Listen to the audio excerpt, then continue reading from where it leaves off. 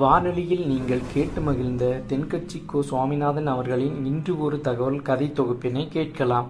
வாழ்க்கையில் சில சந்தர்ப்பங்களில் நாம் சில அவமானங்களை சந்திச்சே தீர வேண்டியிருக்கு. என்ன பண்ணுறது, காலம் அப்படி. அவமானப்படுறவங்க உடனே அடங்கி போய்டுறது தான் உலக வழக்கம். அவமானப்பட்டால் உடனே சீறி எழறவங்களும் உண்டு. ஆனால் அதையே ஒரு சவாலாக எடுத்துக்கிட்டு முன்னுக்கு வர்றவங்களும் சில பேர் இருக்கிறாங்க. அவங்க ரொம்ப அபூர்வம். இன்றைக்கி மனோதத்துவ நிபுணர்கள்லாம் என்ன சொல்கிறாங்க தெரியுமா? அவமானப்பட்டுட்டா உடனே அடங்கி போயிடக்கூடாதான். அதையே ஒரு சவாலாக எடுத்துக்கிட்டு மனசில் ஒரு வைராக்கியத்தோடு முயற்சி பண்ணினா வாழ்க்கையில் எல்லாரும் முன்னேறலாமா. அவமானங்கிறத நாம் வைராக்கியமாக மாற்றிக்கணும். அதுதான் வெற்றிக்கு வழி. ராமர் இந்த பூமியில் பிறந்ததே ஒரு வைராக்கியத்தினால தான் சார் அப்படின்னார் ஒருத்தர். எப்படிங்க அது அப்படின்னு கேட்டேன். அவர் சொன்னார், தசரதருக்கு ராமர் குழந்தையாக பிறக்கணும், அப்போ தான் இங்கே இருக்கிற கஷ்டங்கள்லாம் நீங்கும் அப்படின்னு சர்வ லோகமும் எதிர்பார்த்துக்கிட்டு இருக்குது. ஆனால் அவர் எப்போ பிறப்பார் அப்படின்னு யாருக்கும் தெரியல. அந்த காரியம் சீக்கிரம் நடக்கணுமே, அதுக்கு என்ன பண்ணுறது?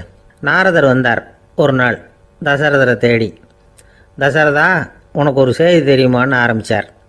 அவர் எப்பவும் இப்படித்தானே ஆரம்பிக்கிறது வழக்கம். என்ன விஷயம்னு கேட்டார் தசரதர். தசரதா, நீ அடிக்கடி உன்னோட தேரில் ஏறிக்கிட்டு தேவலோகத்துக்கு போகிற, அங்கே போகிற வர்ற எல்லாம் பண்ணிகிட்ருக்க, எல்லாம் சரி. தேவலோகத்துலேயும் உன்னை நல்லபடியாக தான் வரவேற்கிறாங்க.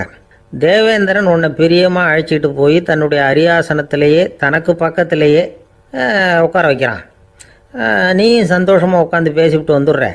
ஆனால் நீ இங்கே வந்ததுக்கு அப்புறம் அங்கே என்ன நடக்குது தெரியுமா உனக்கு அப்படின்னாரான் நாரதர். என்ன நடக்குது எனக்கு ஒன்றும் தெரியலையே அப்படின்னாரான் தசரதர். நாரதர்கிட்ட கிட்டத்தில் கேட்டிருக்கார், கொஞ்சம் சொல்லுங்கள் என்னது அப்படின்னு. அவர் நெருங்கி வந்தாராம் நாரதரும். மெதுவாக அவர் காதோட காதாக சொன்னாராம். அதாவது நம்ம பாஷையில் சொல்லப்போனால் பற்ற வைக்கிறார். நீ அங்கே தேவேந்திரங்கிட்ட உட்காந்து பேசிவிட்டு வந்த பிறகு நீ அங்கே உட்காந்துருந்த அரியாசனத்தை தண்ணி ஊற்றி கழுவி சுத்தப்படுத்துகிறாங்க. நீ என்ன அந்த அளவுக்கு சுத்தம் இல்லாத ஆளா, தினம் குளிக்காமையாக இருக்கிற அப்படின்னாராம். தசரதருக்கு இது ரொம்ப அவமானமாக போயிட்டுது. அப்படியே செய்கிறாங்க அப்படின்னாராம். ஆமாம், நீ வேணும்னா நான் சொல்கிறது உண்மையாக இல்லையா அப்படின்னு சோதனை பண்ணி பார்த்துக்கோ அப்படின்னாரான் நாரதர். உடனே தசரதர் இதுக்காகவே புறப்பட்டு தேவலோகம் போனார். அங்கே வழக்கம் போலவே இவரை கூப்பிட்டு உட்கார வச்சு பேசிக்கிட்டு இருந்தான் தேவேந்திரன். கொஞ்ச நேரம் பேசிக்கிட்டு இருந்துட்டு சரி நான் கிளம்புறேன்னு புறப்பட்டார். சரி, அவனும் வாசல் வரைக்கும் வழி அனுப்பி வச்சுட்டு உள்ளே போயிட்டான். தசரதர் வெளியில் கொஞ்சம் நேரம் மறைஞ்சி இருந்துட்டு மெதுவாக உள்ளே எட்டி பார்த்தார் என்ன நடக்குதுன்னு. நாரதர் சொன்னது உண்மைதான். தசரதர் உட்காந்துருந்த ஆசனத்தை அங்கே 2 தேவர்கள் கழுவி சுத்தப்படுத்திக்கிட்டு இருக்கிறாங்க. தசரதரால் இதை தாங்கிக்க முடியல. அவருக்கு ரொம்ப அவமானமாக போச்சு. நேராக கிடுகிடுன்னு தேவேந்திரங்கிட்டே போனார். நான் உட்காந்துருந்த இருக்கையே சுத்தம் பண்ணுறியே, நான் என்ன அந்த அளவுக்கு பாவியா அப்படின்னு கேட்டார். ரொம்ப கோபமாக கேட்டார். தசரதரே, மனுஷனுக்கு 3 கடன்கள் உண்டு. தேவ கடன், ரிஷி கடன், பித்ரு கடன். இதை தீர்க்காதவன் பாவியாகிறான். இதில் மகனை பெறுவதால் தான் பித்ரு கடன் தீரும். உனக்கு மகன் கிடையாது, அதனால் நீ பாவியாகிற. பாவி உட்கார்ந்துருந்த இடம்ங்கிறதுனால அதை சுத்தம் செய்ய வேண்டியது எங்கள் கடமை அப்படின்னு நானான் தேவேந்திரன். இந்த இடத்துல தசரதருக்கு ஏற்பட்ட அவமானம் ஒரு வைராக்கியமாக மாறிச்சு. தேவேந்திரனே கேட்டுக்கோ, ஒரு மகனை பெற்ற பிறகு தான் இந்த சபையில் மறுபடியும் அடி எடுத்து வைப்பேன் அப்படின்னு சொல்லிவிட்டு போயிட்டாரான். போய் புத்திர காமேஷ யாகம் பண்ணார். புத்திரர்கள் பிறந்தார்கள். இந்த கதையில் உள்ள கருத்து என்னென்னா, தேவேந்திரன் தசரதரை அப்படி அவமானப்படுத்தலைன்னா அவருக்கு இப்படி ஒரு வைராக்கியம் பிறந்திருக்குமா யோசித்து பார்க்கணும். நமக்கு ஏற்படுகிற சில அவமானங்களையும் வைராக்கியமாக மாற்றிக்குவோம். அப்படி மாற்றிக்கிட்டோம்னா வாழ்க்கையில் முன்னேறலாம். நம்ம ஆளுங்க சில பேர் அவமானத்தை வைராக்கியமாக மாற்றிக்கிறது எப்படி தெரியுமா? நம்மக்கிட்ட ஒரு பையன் சொன்னான், எங்கள் அப்பா என்னை எல்லாருக்கும் முன்னாடி வச்சு திட்டிவிட்டார். பொறுப்பு இல்லாமல் ஊர் சுற்றுறேன்னு சொல்லி அவமானப்படுத்தி விட்டார். இனிமேல் நீ என் முகத்திலேயே முழிக்காதரா போடான்னு வேற சொல்லிவிட்டார். எனக்கு ரோஷம் வந்துட்டுது. அந்த அவமானத்தை வைராக்கியமாக மாற்றிக்கிட்டேன். அன்னையிலேருந்து அவர் முகத்திலேயே முழிக்கிறது இல்லை அப்படின்னா. அப்படியான்னு கேட்டோம். ஆமாங்க, அவர் வீட்டில் இல்லாத நேரமாக பார்த்து உள்ளே சமையல் கட்டுக்கு போய் சாப்பிட்டுட்டு நைஸாக வெளியில் வந்துடுவேன் அப்படிங்கிறான் அவன். ஒரு ஊரில் ஒரு ஞானி இருக்கிறார். ரொம்ப பெரிய ஞானி, ரொம்ப வயசாகிட்டுது. கடைசி காலத்தில் அவர்கிட்ட சில பேர் வந்தாங்க. உங்கள் குரு யார் அப்படின்னு கேட்டாங்க. அவர் நிமிர்ந்து பார்த்தார். எனக்கு ஆயிரக்கணக்கான குருமார்கள் உண்டு. அவங்க பேரெல்லாம் சொல்லணும்னா இந்த காலம் பத்தாது. ஆனால் முக்கியமான ஒரு 3 பேரை பற்றி மட்டும் உங்களுக்கு சொல்கிறேன் அப்படின்னாராம். அப்புறம் சொன்னார், அந்த 3 பேரில் ஒருத்தன் ஒரு திருடன். ஒரு சமயம் ஒரு பாலைவனம் வழியாக நான் போய்கிட்டு இருந்தேன். அப்போது வழி தவறி போய் ஒரு கிராமத்துக்கு போயிட்டேன். அது இருட்டு நேரம், நடு ராத்திரி, ஊரே உறங்கி போச்சு. அந்த நேரத்தில் ஒரு ஆள் மட்டும் ஒரு வீட்டு சுவத்தில் ஏதோ பண்ணி உள்ளே நுழையிறதுக்கு முயற்சி பண்ணிகிட்டு இருக்கிறான். அவங்கிட்ட போய் நான் இன்னைக்கு இங்கே எங்கே தங்க முடியும் அப்படின்னு கேட்டேன். அதுக்கு அவன், இந்த ராத்திரி வேளையில் அது ரொம்ப சிரமம், ஒரு திருடனோட உங்களால் தங்க முடியும்னா நீங்கள் என்னோட தங்கலாம் அப்படின்னா. நான் அவங்க கூட 1 மாதம் தங்கியிருந்தேன். ஒவ்வொரு நாள் ராத்திரியும் இப்போ நான் என்னுடைய வேலைக்கு போகிறேன், நீங்கள் ஓய்வு எடுத்துக்கோங்க அப்படின்னு சொல்லிவிட்டு போவான். அவன் திரும்பி வந்த உடனே உனக்கு ஏதாவது கிடைச்சிதான்னு நான் கேட்பேன். அதுக்கு அவன், இன்னைக்கு ராத்திரி ஒன்றும் இல்லை, நாளைக்கு மறுபடியும் முயற்சி பண்ணுவேன் அப்படின்பா. எப்பவும் அவன் நம்பிக்கை இழந்ததே கிடையாது, எப்பவும் சந்தோஷமாகவே இருப்பான். நானும் ரொம்ப காலமாக தியானம் பண்ணிக்கிட்டே இருந்தேன், ஒன்றுமே நடக்கலை. ஆனால் நான் என்ன பண்ணேன் தெரியுமா, மனசு வருத்தப்படும், நம்பிக்கை இழந்துருவேன். அப்போல்லாம் அந்த திருடனுடைய விடாமுயற்சி தான் ஞாபகத்துக்கு வரும். அதனால் அந்த திருடன் எனக்கு ஒரு குரு. என்னுடைய 2வது குரு யாருன்னா அது ஒரு நாய். இது எப்படின்னா, ஒரு சமயம் எனக்கு ரொம்ப தாகமாக இருந்தது. ஒரு நதியை நோக்கி போய்கிட்டு இருந்தேன். அப்போ ஒரு நாயும் வந்தது. அதுக்கும் தாகம். ஓடி வந்து ஆற்றை பார்த்தது. அதோட நிழல் வந்து ஆற்றுல தெரிஞ்சது. அதை பார்த்ததும் பயந்துட்டுது. அதாவது அது தன்னுடைய சொந்த உருவத்தையே கண்டு பயந்தது. அதை பார்த்து குறைக்குது, திரும்பி ஓடிச்சு. ஆனால் அதுக்கு தாகம் அதிகமாக இருந்ததுனால அது மறுபடியும் திரும்பி வந்தது. பார்த்தா மறுபடியும் தண்ணியில் நாயோட உருவம் தெரியுது. இப்படி சில தடவை பண்ணிச்சு. இருந்தாலும் கடைசியில் தண்ணியில் குதிச்சுட்டுது துணிஞ்சி. இப்படி குதித்த உடனே அதோட உருவமும் மறைஞ்சுட்டுது. இதை பார்த்தேன்.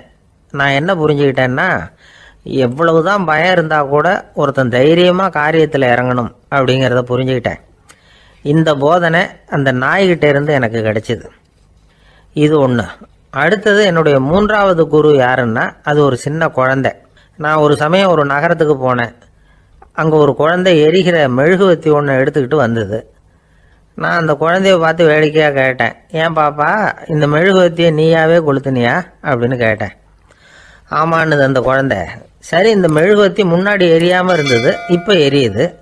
இந்த மெழுகுவத்திக்கு வெளிச்சம் எங்கேருந்து வந்தது, அதை எனக்கு காட்ட முடியுமா அப்படின்னு கேட்டேன் அந்த குழந்தைகிட்ட. இதுக்கு அந்த குழந்தை சிரிச்சுக்கிட்டு அந்த மெழுகுவத்தியை ஊதி அணைச்சுட்டுது. அதுக்கப்புறம் என்னை பார்த்து கேட்டுது, இப்போ இந்த மெழுகுவத்தியின் வெளிச்சம் போனதை பார்த்தீங்க இல்லையா, அது எங்கே போச்சுன்னு எனக்கு சொல்லுங்க அப்படின்னுது. அந்த குழந்தை இப்படி கேட்டதும் என்கிட்ட இருந்த ஆணவம் அழிஞ்சுட்டுது. நான் படித்ததெல்லாம் அந்த வினாடியில் சுக்கு நூறாக போயிட்டுது. என்னுடைய முட்டாள்தனத்தை நான் உணர்ந்தேன் அப்படின்னு இவ்வளவு அந்த ஞானி விவரமாக சொன்னாராம். அதனால் நாம் இன்னார்கிட்டே இருந்து தான் இதை கற்றுக்கணுங்கிறது இல்லை, யாருக்கிட்டே இருந்தும் எதையும் கற்றுக்கலாம். நம்மால் ஒருத்தன் ஒரு நாய் வளர்த்துக்கிட்டு இருந்தான். அந்த நாய்க்கு வால் கிடையாது. யாரோ ஏற்கனவே வெட்டி எடுத்துட்டாங்க. இந்த நாய் தான் சார் எனக்கு குரு, அதுகிட்டே இருந்து கூட நான் பாடம் கற்றுக்கிட்டு இருக்கிறேன் அப்படின்னா. அப்படி என்ன கற்றுக்கிட்டேன் இந்த வால் இல்லாத நாய்கிட்டே இருந்து அப்படின்னு கேட்டோம்.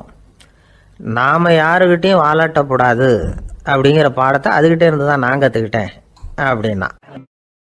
ஒரே ஒரு ஊரில் ஒரு பாதிரியார் இருந்தார்.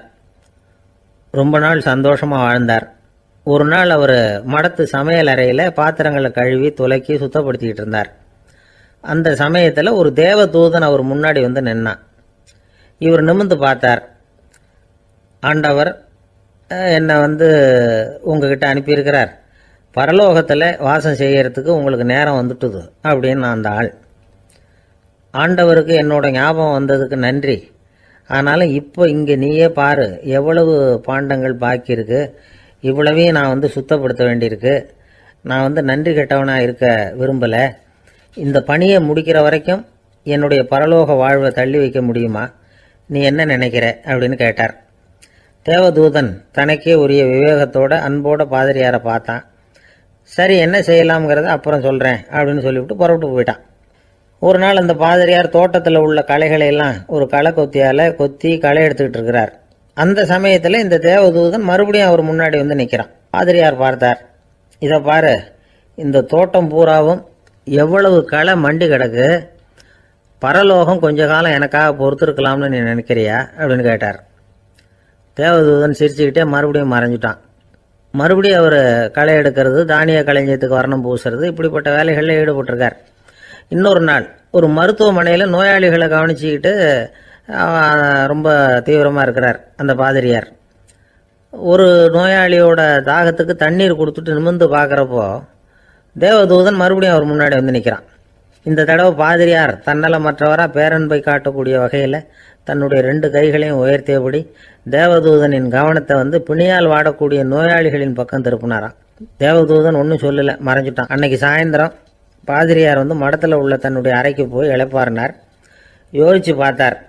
தேவதூதனையும் தேவதூதனின் விருப்பத்தையும் பல நாள் தள்ளி போட்டு வந்ததையும் அவர் ரொம்ப நினச்சி பார்த்தார். திடீர்னு தான் வந்து முதுமை அடைகிறதையும் சோர்வு அடைகிறதையும் உணர்ந்தார். ஆண்டவரை நினைச்சார். ஆண்டவரே, உம்முடைய தூதனை மறுபடியும் என்கிட்ட அனுப்புனா நான் சந்திக்கிறதுக்கு ஆவலாக இருக்கேன் அப்படின்னு சொல்கிறப்பவே தேவதூதன் பக்கத்தில் வந்து நின்னான். பாதிரியார் நிமிர்ந்து பார்த்தார். நீ இப்போவே என்னை அழைச்சிக்கிட்டு போக விரும்பினா நான் பரலோகத்துக்கு வர்றதுக்கு தயாராக இருக்கேன்னார். தேவதூதன் அந்த பாதிரியாரை அன்போடவும் விவேகத்தோடவும் பார்த்து, நீங்கள் வந்து என் கூட பரலோகத்துக்கு வர்ற தயாராக இருக்கிறதா சொல்கிறீங்க, ஆனால் நீங்கள் இது வரைக்கும் வேறு எங்கே இருந்ததா நினைக்கிறீங்க அப்படின்னானு. அப்படின்னா இது வரைக்கும் இருந்த இடம்தான் பரலோகம் அப்படிங்கிறத உணர்த்தியிருக்கிறான். பரலோகம்னா என்னென்னு புரிஞ்சுக்கிறதுக்கு இந்த சம்பவம் நமக்கு உதவியாக இருக்குது. தொண்டு செய்கிறத விட பெரிய செயல் வேறு எதுவும் இருக்க முடியாது. அது நம்ம மனசுக்கு கொடுக்குற சுகத்தை வேறு எதுவும் கொடுக்க முடியாது. நாம் தொண்டு செய்கிற இடம் தான் அந்த புண்ணிய இடம். ஆனால் இந்த காலத்துல எல்லாம் நாம் வந்து தொண்டு செய்யணும்னு நினச்சி ஏதாவது ஆரம்பித்தா கூட அதை ஒரு மாதிரியாக சுற்றி நின்று வேடிக்கை பார்க்க ஆரம்பிச்சிடுறாங்க. ஒரு பெரியவர் அப்படித்தான் ஒரு தொண்டு செஞ்சுக்கிட்டு இருந்தார். ஒரு கோவில் கட்டிக்கிட்டு இருந்தாங்க. அதில் ஒரு இடத்துல ஒரு பலகையை வச்சு ஆணி அடிக்கிற வேலையை செஞ்சுக்கிட்டு இருந்தார் அந்த பெரியவர். ஒரு சின்ன பையன் அதை ரொம்ப ஊக்கமாக அக்கறையாக கவனிச்சிக்கிட்டு இருந்தான். பெரியவர் இதை கவனித்தார். என்னப்பா பார்க்குற, உனக்கும் இது மாதிரி தொண்டு செய்யணும்னு ஆசையாக இருக்கா அப்படின்னு கேட்டார். அதுக்கு அந்த பையன் சொல்கிறான், அப்படி இல்லைங்க, நீங்கள் ஆணி அடிக்கிறப்போ கையில் சுத்தியால் அடிச்சுக்கிட்டா எப்படி துடிப்பீங்க, எப்படி கத்துவீங்கன்னு தெரிஞ்சுக்கிறதுக்காக அதை பார்க்கணும்னு ஆசை, அதுக்காக தான் காத்துக்கிட்டு இருக்கேன் அப்படின்னு நான். அசோக மன்னர் வந்துகிட்டு இருக்கார். அவருடைய ஆலோசகர்கள் எல்லாம் பக்கத்தில் வந்துகிட்டு இருக்கிறாங்க. அந்த சமயத்தில் எதிரில் ஒரு புத்த பிக்ஷு வர்றார். அசோகர் பார்க்கிறார். ஓடி போய் அவர் காலில் விழுந்து வணங்குறார். அசோக மன்னரின் தலை அந்த புத்த துறவியின் பாதத்தில் பட்டுக்கிட்டு இருக்கு. பக்கத்தில் நின்றுகிட்டு இருந்த அமைச்சருக்கு இது ரொம்ப சங்கடமா போச்சு. ரொம்ப வருத்தப்பட்டார். நம்ம அசோக சக்கரவர்த்தி எப்பேற்பட்டவர், அவரோட தலை ஒரு சன்னியாசியின் பாதத்தில் படுறதா அப்படின்னு நினைச்சு ரொம்ப கவலைப்பட்டார். அரண்மனைக்கு திரும்பினதும் அமைச்சர் மெதுவா ஆரம்பிச்சார். அரசே, எனக்கு ரொம்ப வருத்தமா இருக்குது அப்படின்னார். எதுக்குன்னார் மன்னர். அசோக சக்கரவர்த்தியின் தலை, அதாவது அந்த சிரம், ரொம்ப மதிப்புமிக்க ஒன்று. அது வந்து ஒரு சன்னியாசியின் காலில் படலாமா அப்படின்னார். அசோகர் பதில் சொல்லல, சிரிச்சார், போயிட்டார். அதுக்கப்புறம் ஒரு சரியான சந்தர்ப்பத்துக்காக காத்துக்கிட்டு இருந்தார். ஒரு நாள் அமைச்சரை கூப்பிட்டார். எனக்கு 3 தலைகள் வேணும் அப்படின்னார். சொல்லுங்க, கொண்டுகிட்டு வரேன் அப்படின்னார் அமைச்சர். அசோகர் சொன்னார், முதல்ல எனக்கு தேவையானது ஒரு ஆட்டின் தலை, 2வது ஒரு புலியின் தலை, 3வது ஒரு மனிதனின் தலை. இதுதான் அசோகர் கேட்டது. எங்க இருந்தாலும் கொண்டு வாங்கன்னார். அமைச்சர் புறப்பட்டார். ஆட்டுத்தலை புலித்தலை கிடைச்சிட்டுது. அப்புறமா ஒரு சுடுகாட்டுக்கு போய் ஒரு மனித தலையும் சேகரம் பண்ணிட்டு ராஜா கிட்ட வந்துட்டார். அரசே, உங்கள் ஆணைப்படி 3 தலைகளையும் கொண்டு வந்திருக்கிறேன்னார். அசோகர் பார்த்தார். ரொம்ப நல்லது, இப்ப இது 3ஐயும் எடுத்துக்கிட்டு போய் சந்தையில வித்துட்டு வாங்க அப்படின்னார். அமைச்சர் அதுகளை எடுத்துக்கிட்டு சந்தைக்கு போனார். முதல்ல ஆட்டுத்தலை நல்ல விலைக்கு வித்து போச்சு. நல்ல விலை கொடுத்து வாங்கிட்டு போட்டாங்க. அடுத்தபடியா புலி தலைய ஒருத்தர் வாங்கிட்டார். அதை பாடம் பண்ணி வீட்டில் மாட்டி வைக்கலாமே அப்படின்னு நினைச்சு அதையும் வாங்கிட்டு போட்டார். மனித தலையை மட்டும் வாங்கறதுக்கு யாரும் முன் வரல. எல்லாரும் அதை பார்த்துட்டு விலகி போக ஆரம்பிச்சாங்க. அமைச்சர் திரும்பி வந்தார். அரசே, இந்த தலையை மட்டும் யாரும் வாங்க மாட்டேங்கிறாங்க அப்படின்னார். சரி பரவாயில்ல, இதை இலவசமாவே இனாமாவே யாருக்கிட்டையாவது கொடுத்துட்டு வந்துருங்க அப்படின்னார். அமைச்சர் மறுபடியும் சந்தைக்கு போனார். இதை இலவசமா தரேன், இதை வாங்கிக்கோங்க அப்படின்னார். அப்பவும் அதை யாரும் வாங்கிக்கிறதுக்கு தயாரா இல்லை. மறுபடியும் திரும்பி மன்னர்கிட்ட விவரத்தை சொன்னார். இப்போ மன்னர் சொல்றார், அமைச்சரே, உயிர் இருக்கிற வரைக்கும் தான் இந்த தலைக்கு மதிப்பு. ஜீவன் போனதுக்கு அப்புறம் அதோட மதிப்பும் போயிடுது. அதனால மதிப்பு இருக்கும் பொழுதே பெரியவர்கள் பாதம் பணிந்து அந்த புனிதத்தை பெற்றுக்கொள்ளணும் அப்படின்னார். பணிவுங்கிறது வேற, அடிமைத்தனம்ங்கிறது வேற. பெரியவர்களை பணிவது நமக்கு பெருமை தரக்கூடிய விஷயம். இதை மனசுல வச்சுக்கிட்டு எப்போ காலில் விழணும், எப்போ காலில் விழக்கூடாது அப்படிங்கிறத முடிவு பண்ணிக்கணும். ஒரு சாதாரண ஆள் நடந்து வந்துகிட்டு இருந்தார். எதிரில் ஒரு பெரிய மனுஷன் ஓடி போய் அவர் காலில் விழுந்து தன்னுடைய தலையை அவர் பாதத்தில் கொண்டு போய் வச்சார். கொஞ்ச நேரம் கழிச்சு எழுந்திரிச்சு வந்துட்டார். வந்த பிறகு இவரை கேட்டேன், ஏன் திடீர்னு ஓடி போய் அந்த ஆளு காலில் விழுந்தீங்க அப்படின்னு. அவர் போட்டிருக்கிறது என்னோட காணாம போன செருப்பான்னு கண்டுபிடிக்கிறதுக்காக அப்படி விழுந்தேன் அப்படின்னார். ஒரு சீன தேசத்து அரசர் இருந்தார். அவருக்கு வயசாயிட்டுது. அவருக்கு அடுத்தபடியாக அவருடைய புள்ள பட்டத்துக்கு வரணும், ஆட்சி பொறுப்பை ஏற்றுக்கணும். ஒரு நல்ல தலைவனுக்கு இருக்க வேண்டிய பண்புகள்லாம் தன்னுடைய மகனுக்கு இருக்கணும்னு விரும்பினார் அந்த அரசர். அதனால் இளவரசனை பக்கத்தில் இருந்த ஒரு குரு கிட்ட அனுப்புனார். இளவரசன் அவர்கிட்ட போய் சேர்ந்தான். அந்த குரு என்ன பண்ணார் தெரியுமா?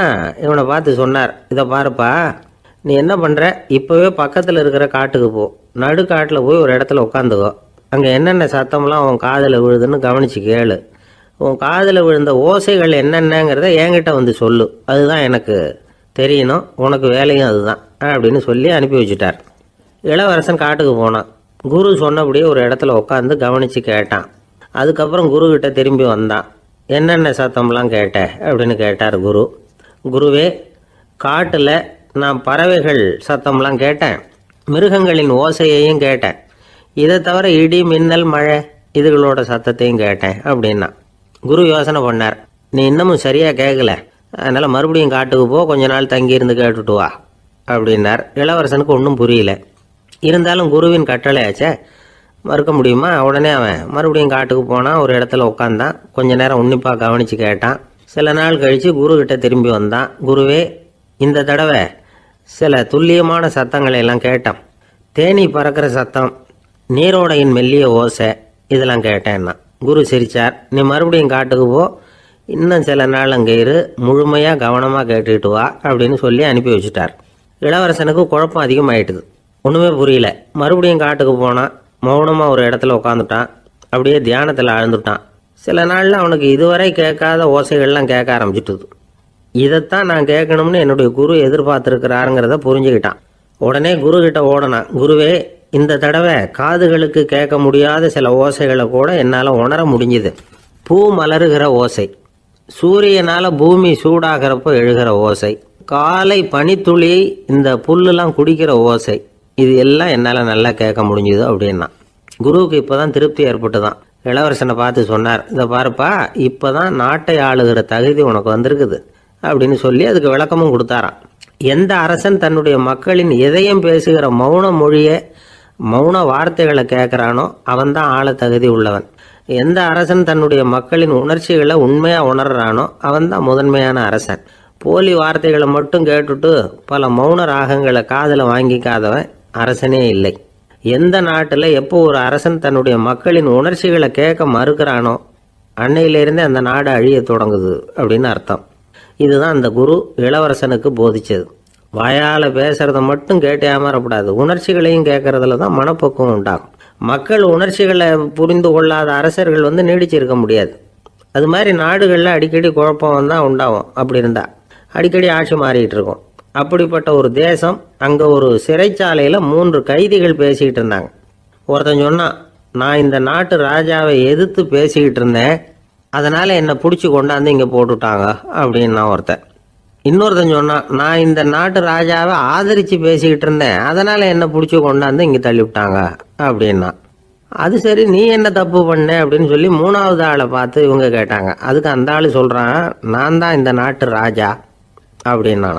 ஒரு ராஜா ஊரெல்லாம் சுற்றி பார்த்துட்டு வரலாம்னு ஒரு நாள் புறப்பட்டு போனார்.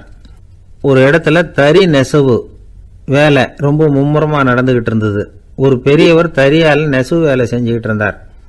பக்கத்தில் ஒரு அழகான பொண்ணு உட்காந்து நூலை சுற்றிக்கிட்டு இருக்குது. ராஜா அந்த பெரியவரை பார்த்து யார் இந்த பொண்ணுன்னு விசாரித்தார். ராஜா அப்படி கேட்டதும் அவருக்கு ரொம்ப பெருமையாக போயிட்டுது. ஏன்னா உட்காந்துருந்தது அவரோட மகள். அரசே, இது என்னுடைய மகள். இவ வேகமாக நூல் திரிக்கக்கூடியவள். வைக்கோல் எடுத்து இவ திரிச்சா கூட அது எல்லாம் பவுனிழையாக வெளியில் வரும் அப்படின்னு ஒரு ராசி இவளுக்கு அப்படின்னு ரொம்ப பெருமையாக ராஜா கிட்ட சொன்னார். ராஜா இதை கேட்டதும் அசந்துட்டார். அப்படியா, இவ்வளவு அழகும் சாமர்த்தியமும் உள்ள இந்த பொண்ணு என்னோட வரட்டுமே, இவளை என் மருமகளை ஆக்கிக்கிறேன் அப்படின்னார் ராஜா. அந்த பெரியவருக்கு ஒன்றும் புரியல. ஏதோ கொஞ்சம் பெருமையாக சொல்ல போக அது இப்படி ஆயிட்டுதே அப்படின்னு கவலைப்பட்டார். இருந்தாலும் ராஜா பேச்ச தட்ட முடியுமா, மகளை அனுப்பி வச்சுட்டார். ராஜா அந்த பொண்ணை அரண்மனைக்கு அழைச்சிட்டு வந்தார். அங்கே ஒரு அறையில் வச்சு பூட்டி விட்டார். அந்த ரூமு நிறைய வைக்கோலை கொண்டாந்து போட்டு அடைச்சாங்க. 3 ராட்டைகள் வேற வச்சுருந்தாங்க. நாளைக்கு பொழுது விடியறதுக்குள்ளே நீ இந்த வைக்கோலை எல்லாம் தங்க இழைகளாக மாற்றி காட்டணும். நாளைக்கு காலம்பரம் வந்து நான் இந்த அறை கதவை திறப்பேன். உன் தகப்பன் சொன்னது மாதிரி எல்லாம் தங்கமாக மாறி இருக்கணும், இல்லைன்னா நீ உயிர் தப்ப முடியாது அப்படின்னு உத்தரவு போட்டார். பாவம் அந்த பொண்ணு என்ன பண்ணும், பகல் பூரா அழுதுகிட்டே உட்காந்துருக்குது. ராத்திரி பூராவும் தூக்கம் வரல. மறுநாள் அதிகாலை நேரத்தில் யாரோ கதவை தட்டுற சத்தம் கேட்டுது. பயந்துக்கிட்டே கதவை திறக்கிறா. திறந்து பார்த்தா வெளியில் 3 அவலட்சணமான பெண்கள்.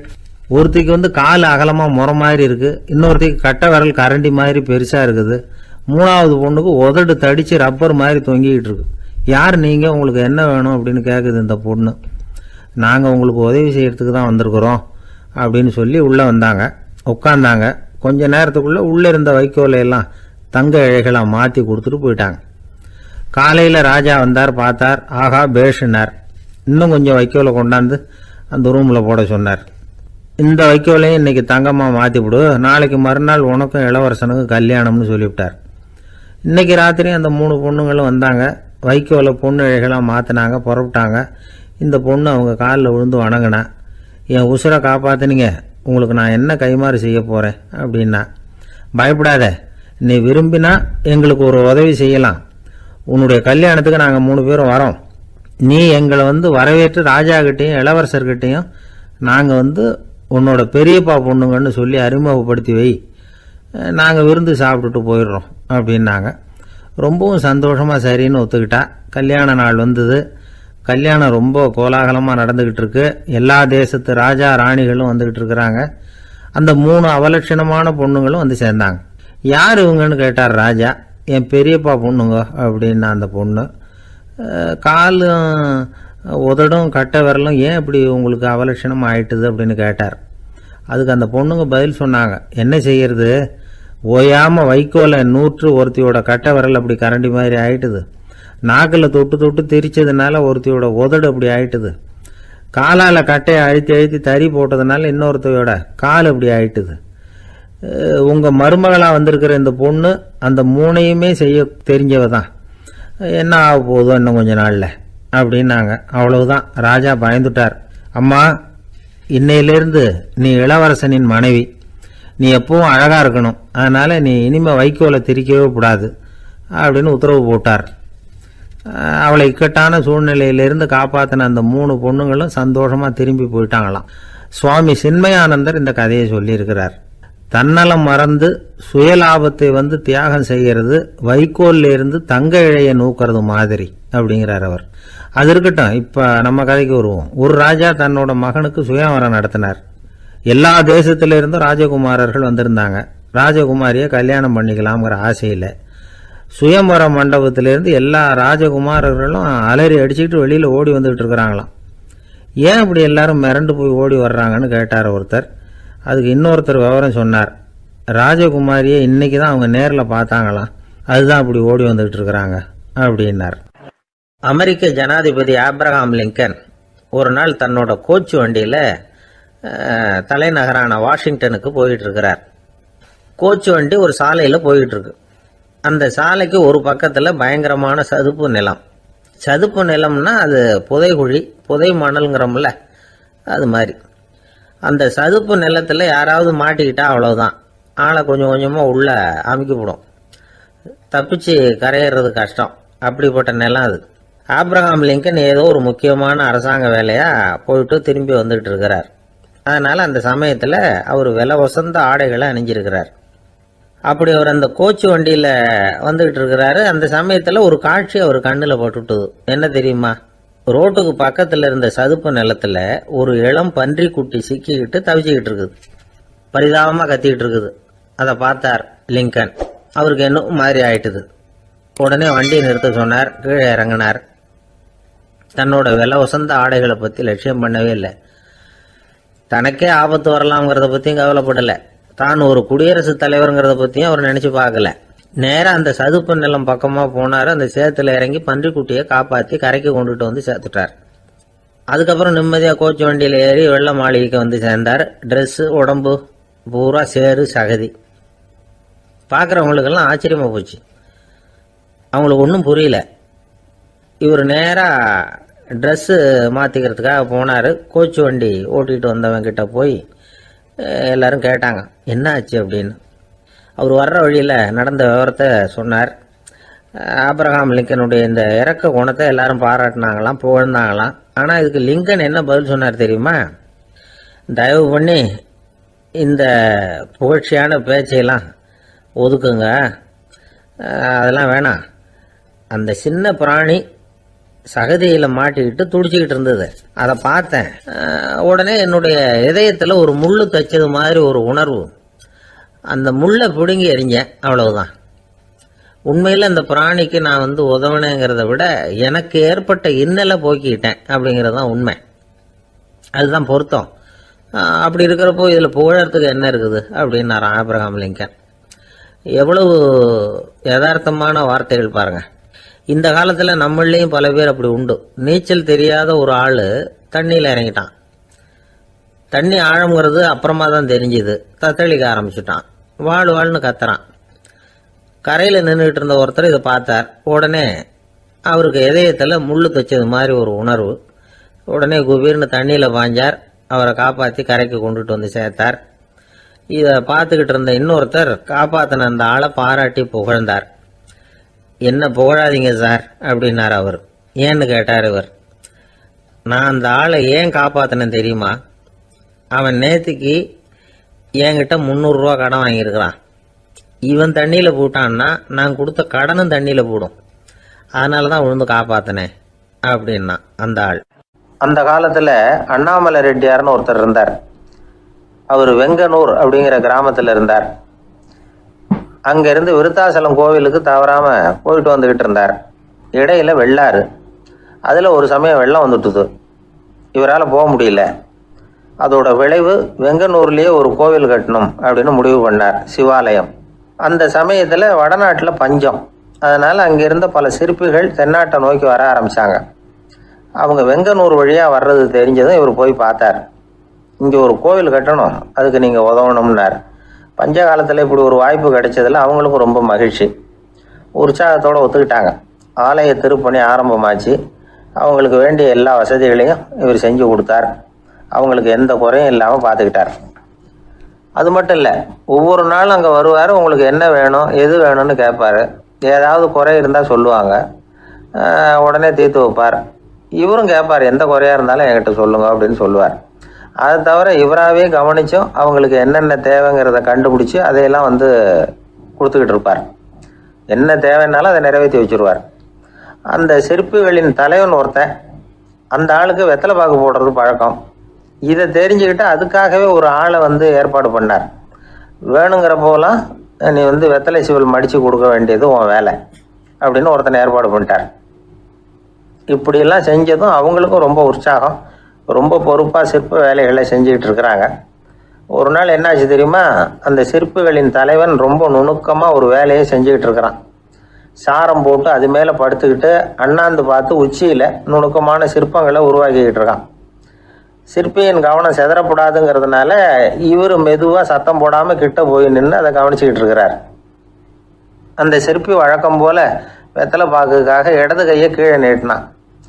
அந்த சமயம் பார்த்து அவருக்கு தாம்பூலம் கொடுக்குறவன் அங்கே இல்லை, எங்கேயோ போயிருக்கிறான்.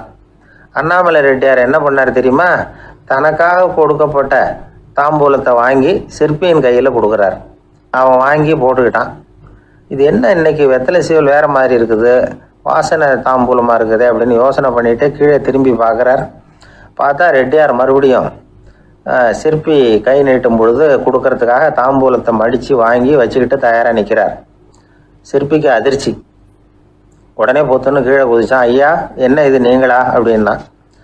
இவர் சொன்னார், நான் ஒன்றும் தப்பு பண்ணலையே, உன்னுடைய கை புண்ணியம் செஞ்ச கை, கோயில் கட்டுற கை, அந்த கைக்கு தாம்பூலம் கொடுக்கறதுல என்ன தப்பு அப்படின்னாராம். ஏற்கனவே பஞ்சத்தில் அடிபட்டு வந்த எங்களை நீங்கள் ஆதரிச்சதே பெரிய விஷயம். இந்த செயல் என்னை ஒரு பெரிய கடனாளி ஆகிவிட்டுது. ஐயா, எங்களுக்கு உணவு உடை இதை மட்டும் நீங்கள் கொடுத்தா போதும், ஊதியம்னு எதுவும் வாங்க மாட்டோம் அப்படின்னு நானும். அந்த சிற்பி எவ்வளோ வற்புறுத்தியும் எதுவும் வாங்கிக்கலையாம். இந்த செய்தியை தமிழ் தாத்தா டாக்டர் ஊவேசா சொல்லியிருக்கிறார். அந்த காலத்தில் எப்படிப்பட்டவங்கெல்லாம் வாழ்ந்துருக்கிறாங்க பாருங்க. இந்த காலத்தில் ஒருத்தர் கோவில் கட்டினார், வேலை செய்கிற எல்லாருக்கும் சாப்பாடு போடுவார். சிற்ப வேலை செஞ்சுட்டு சாப்பிட வர்ற ஒவ்வொருத்தர் கையையும் அன்பாக பிடிச்சி முத்தம் கொடுத்து உள்ளே அனுப்புவார். அந்த கைகளுக்கு நீங்கள் கொடுக்குற மரியாதையா அது அப்படின்னு கேட்டாங்க. அது இல்லைங்க, ஏற்கனவே முதல் பந்தியில் சாப்பிட வந்தவன் மறுபடியும் வர்றானான்னு கண்டுபிடிக்கிறதுக்காக கையை பிடிச்சி மோந்து பார்க்குறேன் அப்படின்னாராம் அவர்.